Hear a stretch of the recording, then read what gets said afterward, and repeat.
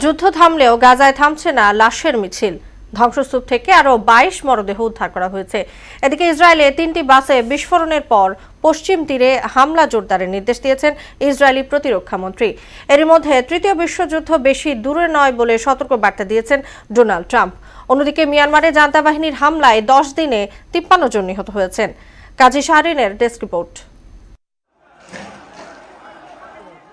ফিলিস্তিনের গাজায় হচ্ছে না বোমা বিস্ফোরণ, নেই কোনো গোলাগুলির শব্দ, তবুও গাজায় লাশের মিছিল যেন থামছেই না। গত 24 ঘন্টায় ধ্বংসস্তূপ থেকে আরও 22 জনের মরদেহ উদ্ধার করা হয়েছে। এতে এ পর্যন্ত নিহতের সংখ্যা 48,300 ছাড়ালো।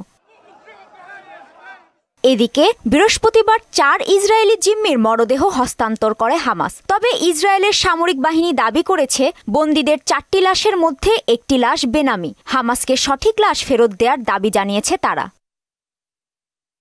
ইসরায়েলের তেল আবিবে 3টি বাস বিস্ফোরণের ঘটনা ঘটে। 2টি পৃথক এলাকায় সংঘটিত এ ঘটনায় কেউ হতাহত হয়নি বলে জানিয়েছে কর্তৃপক্ষ।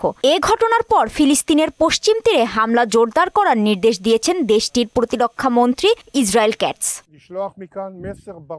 এরই মধ্যে তৃতীয় বিশ্বযুদ্ধ আর খুব বেশি দূরে নয় বলে সতর্ক বার্তা দিয়েছেন মার্কিন প্রেসিডেন্ট ডোনাল্ড ট্রাম্প। তবে এটি বন্ধে উদ্যোগ নেয়ার কথাও জানান তিনি। বৃহস্পতিবার মিয়ামিতে এক সমাবেশে এমন মন্তব্য করেন ট্রাম্প।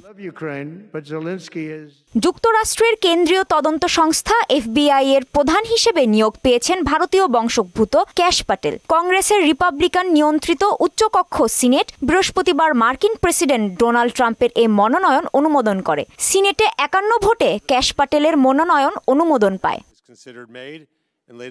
অন্যদিকে মিয়ানমার জুড়ে হামলা অব্যাহত রেখেছে জান্তা বাহিনী। লাগাতার এ হামলায় গত 10 দিনে অর্ধশতাধিক মানুষ নিহত হয়েছে। এতে আহত হয়েছে আরও 80 জন। হতাহতদের সবাই বেসামরিক নাগরিক বলে জানা গেছে। কাজী শাহরিন, মোহনা সংবাদ।